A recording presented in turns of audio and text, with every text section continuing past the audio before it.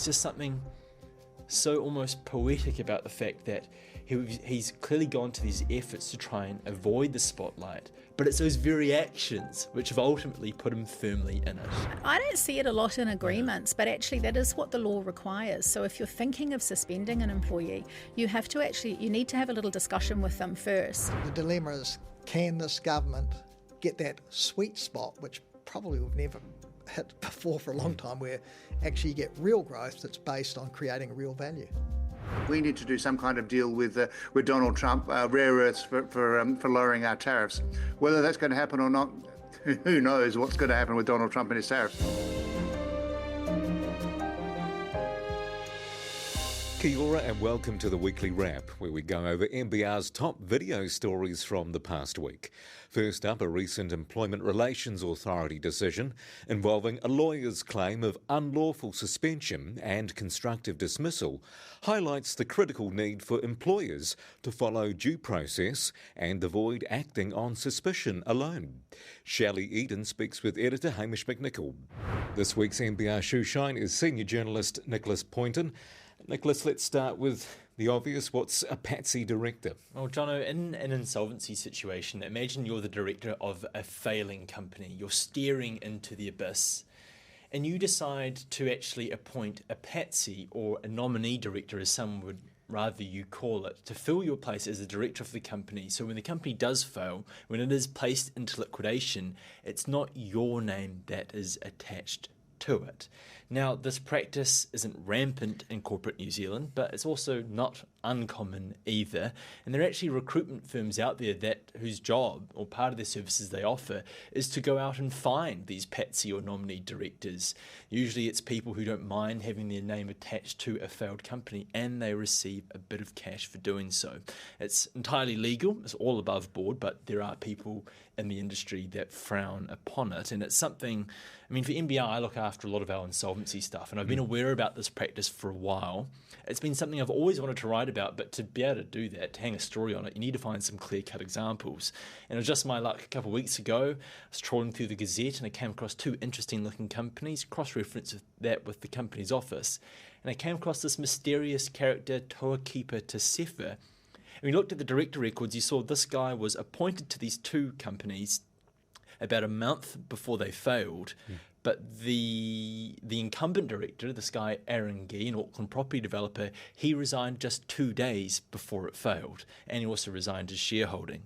So I did a director search on Toakeeper Tasefa and came across 13 examples since October last year where he's been appointed to companies shortly before they've failed, and 12 of those examples, the former director was this guy from Auckland, Aaron Gee. Yeah. Why do directors do this then? I guess there's sort of two parts to it.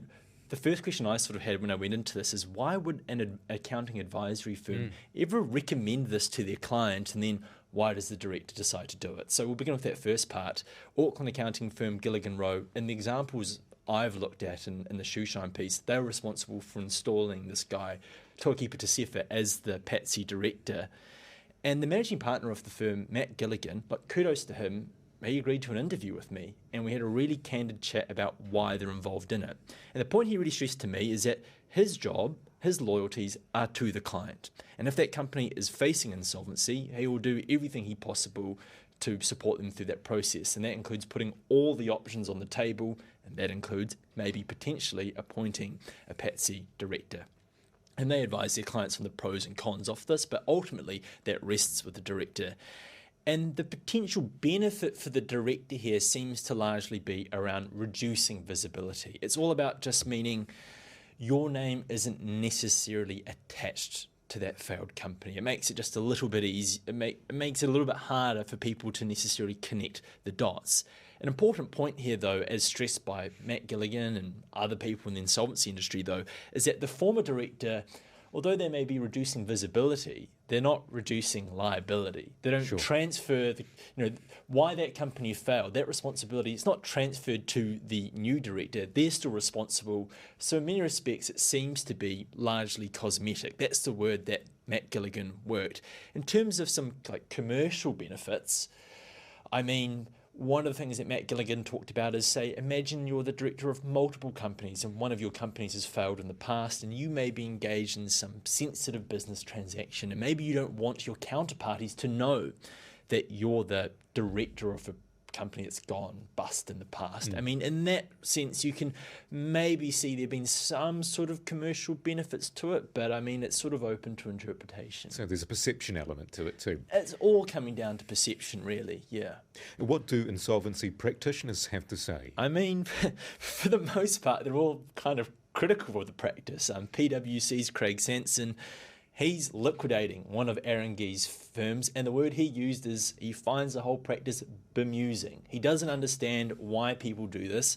As he points out, the former director is still liable for the company's actions, and in its own liquidator's report, they name the previous director, Aaron Gee. Now, Waterstone Insolvency's Damien Grant, very outspoken person in the insolvency community. Look, his point, he kind of criticised the perceived benefits because he says if it's about reducing visibility, it's really not that hard to find out who the previous director is. I mean, it doesn't take a wizard to go through the director's page on the company's office listing to find out that a director resigned a couple of days before a company failed. And the other point he makes is you may actually have some unintended consequences here because while trying to reduce visibility, you may actually be inviting a lot of suspicion and scrutiny when that's probably not what you want.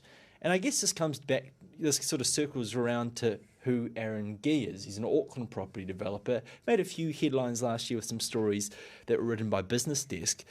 Unfortunately, I had some email communication, but he decided not to comment on this story, which is unfortunate because I was really interested to hear about why he's doing this, and perhaps maybe there's some clues when we look at these 12 companies of his that have failed. Because in many respects, those 12 companies, they're sort of corporate shells. They haven't traded in years. A lot of their assets are related party assets, so money owed to it by other companies controlled by the director. Those assets are invariably unlikely to be recovered, and they've been and collectively these 12 companies are saddled with IRD debt. I calculated maybe $5 million across the 12. And when you read the liquidator's reports, it says that these companies failed because they're part of a wider group of entities, and groups within those entities have been subject to freezing orders, litigation that interrupted sort of negotiations to sort of settle these debts.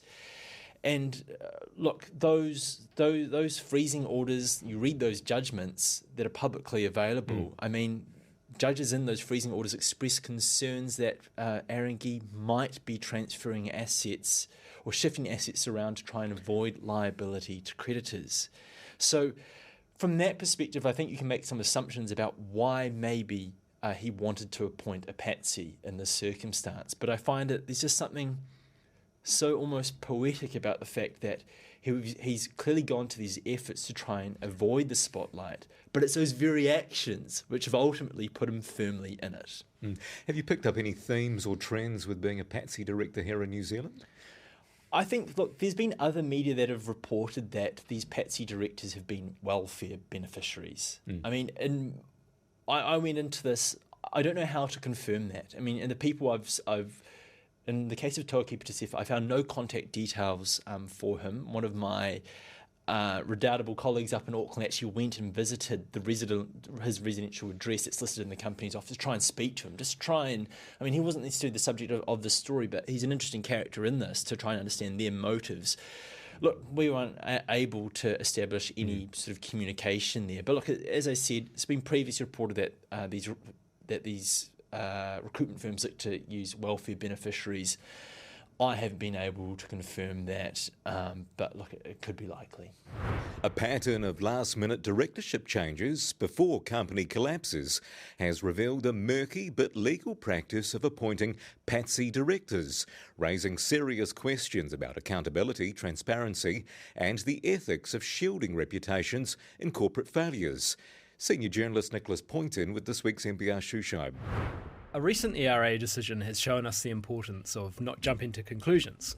Shelley, why don't you just start off by telling us about the case first? Absolutely. So it's a case about Mr. Jacob and Nielsen's lawyers, and he took a claim against his former employer for two key things. Firstly, what he said was an unlawful suspension of him from work, and secondly, what he said was an unlawful constructive dismissal. Because they got a suspicion that he was about to leave and set up his own law firm? That's right. So he had indicated to them that he wasn't interested in becoming a director of the firm, and that he might potentially move on, and something for some reason triggered their concerns. And yes, they had a few pieces of evidence to suggest that maybe he was looking at setting up in competition with the firm, and also taking some of the staff, and that he might in fact be doing it with another staff member and her husband. So they became very alarmed about the potential impact on their business. Okay, so they became alarmed about that. They suspended him. How did it sort of progress from there? Well, there was a couple of sort of awkward and unfortunate things that happened. So they suspended him by letter, and usually it's important to have some sort of meeting or discussion with employees first. And they sent the letter to his personal email, and he actually didn't get it. And so he turned up at work the next morning, somewhat shocked and surprised to learn that he'd been shut out of the company system and that his files had been removed from his office. Right. So it actually became very awkward and embarrassing.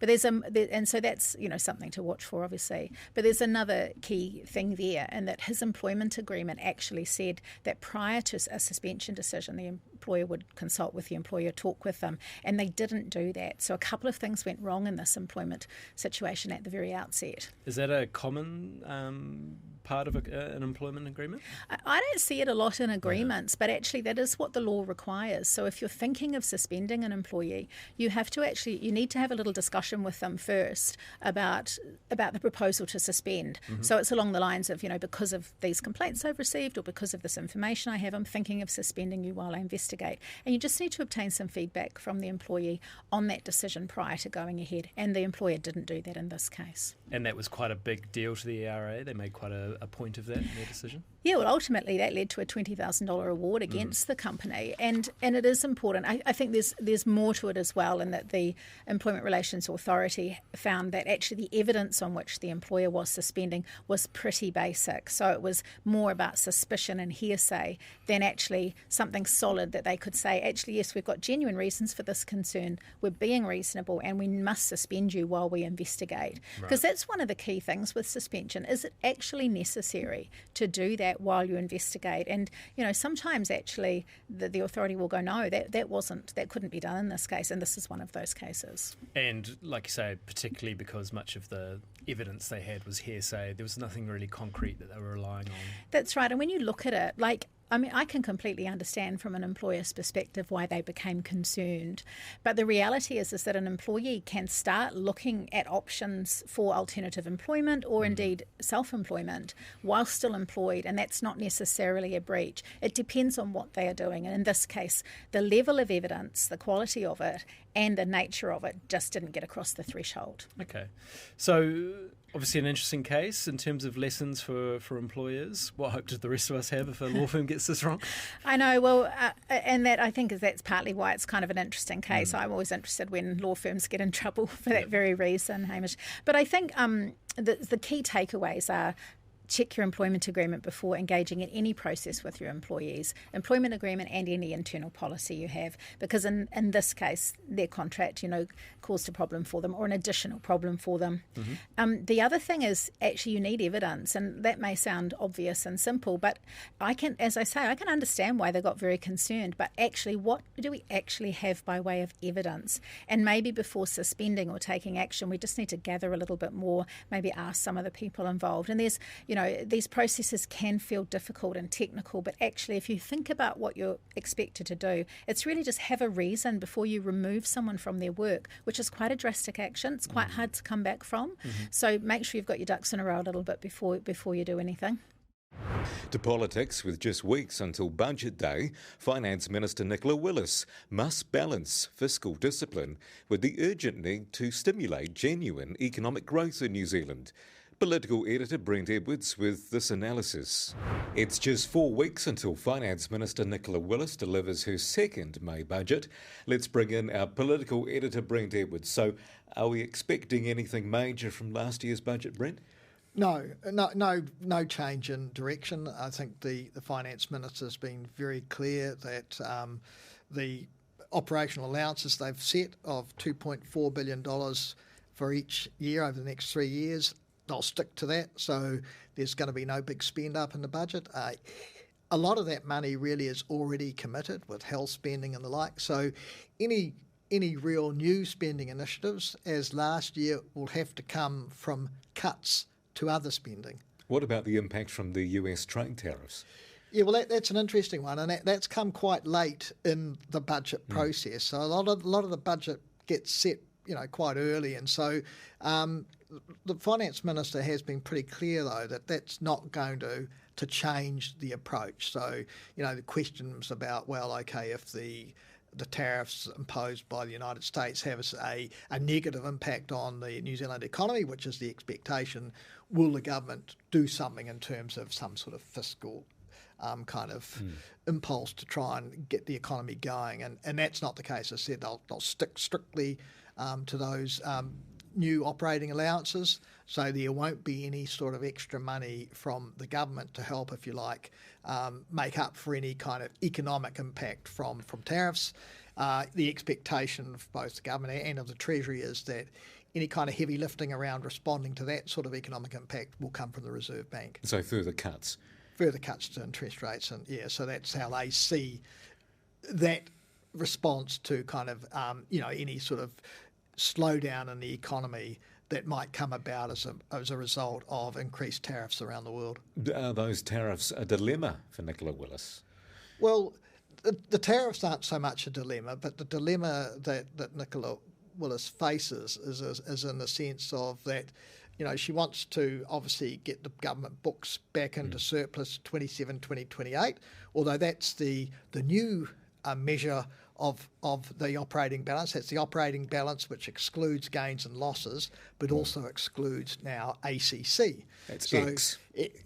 Obigal X.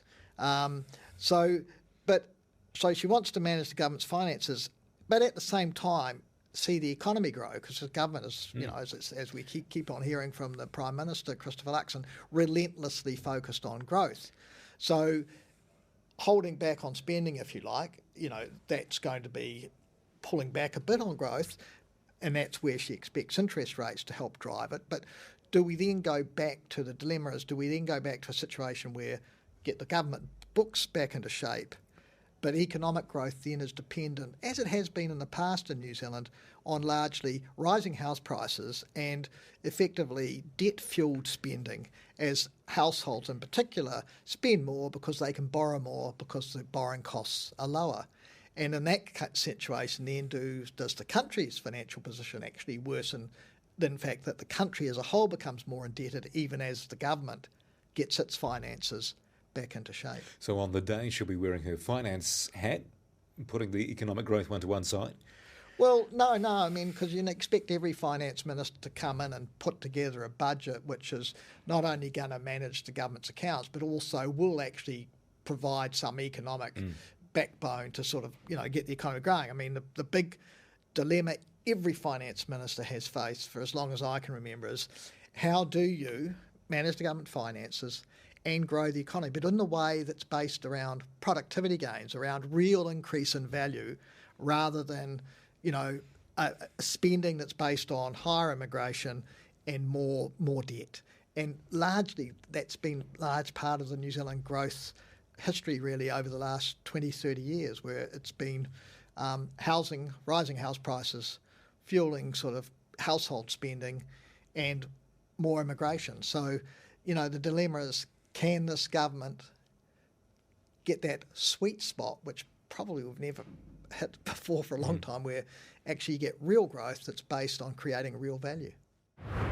And finally this week, amid rising geopolitical tensions and global supply chain shifts, Australia's rare earths industry, led by companies like Northern Minerals, is stepping into the spotlight as a strategic player in the race to reduce dependence on China. Our correspondent in Sydney, Lachlan Cahoon, has more. Many of us would be unfamiliar with a metal called dysprosium, but it and a number of other elements known as rare earths are now front and centre in the trade war between the US and China.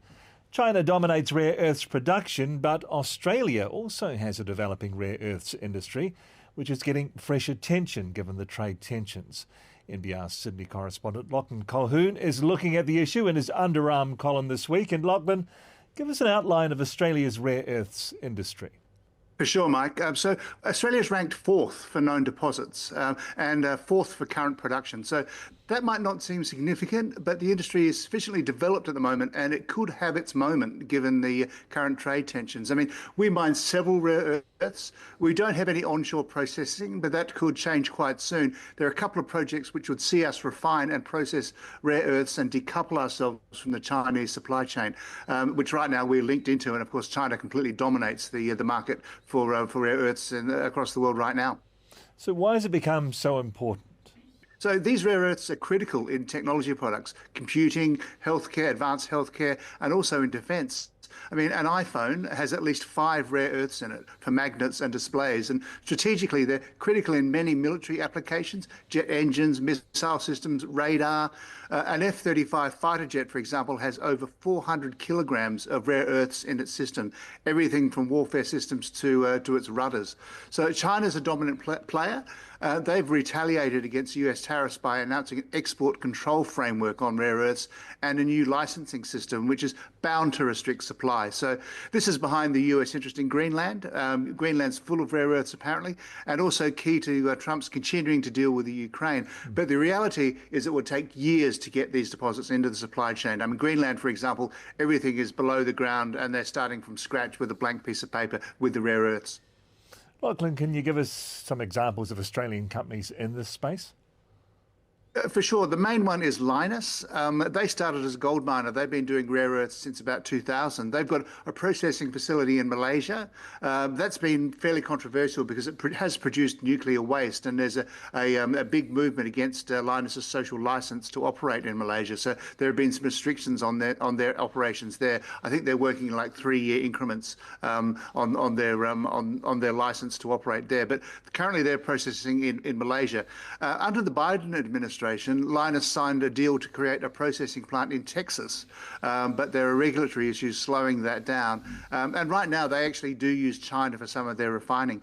Another one I talk about in the column is Northern Minerals.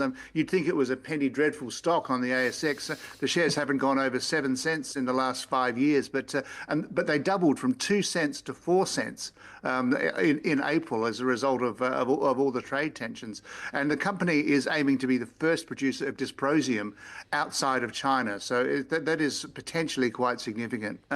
Several others to mention: Iluka, Arafura, Australian Strategic Minerals, all ASX listed. Shares in all of them, Mike, have spiked very significantly this month as a result of what's been going on. The market's been going backwards, as we know. Equity markets going backwards everywhere. But shares in these quite small Australian rare earths producers have all been significantly high in April. Lachlan, what has Australia been doing to develop the industry? So we've been protecting it and more recently developing it. I mean, back in 2009, which is a while ago now, a Chinese company wanted to take a controlling stake in Lynas, but our Foreign Investment Review Board intervened and said that it was against the national interest. So China was prevented at that point from taking a controlling stake in a major Australian rare earths company. Last year, there are 4 shareholders in Northern Minerals who had links to China. The government told them to divest their stakeholding. So the government's introduced a tax credit scheme for investing in the industry. They're putting in $500 million as part of this Future Made in Australia program. And they signed this pact with the Biden administration, which led to the creation of the Lynas facility in Texas. Of course, any mention of a negotiation with the US on tariffs has people saying, well, look, we need to do. Donald Trump is famously transactional. Rare earths were at the centre of his deal with Ukraine. We need to do some kind of deal with Donald Trump, rare earths for lowering our tariffs. Whether that's going to happen or not, who knows what's going to happen with Donald Trump and his tariffs. But no matter what's happening, it's a very interesting time for Australia's rare earths industry, given the trade tensions, and you can see it happening on the ASX right now. And thanks again for joining us. Our news team is back from 5 a.m. tomorrow with the latest business news you can use on mbr.co.nz. Mā te wā, see you next week.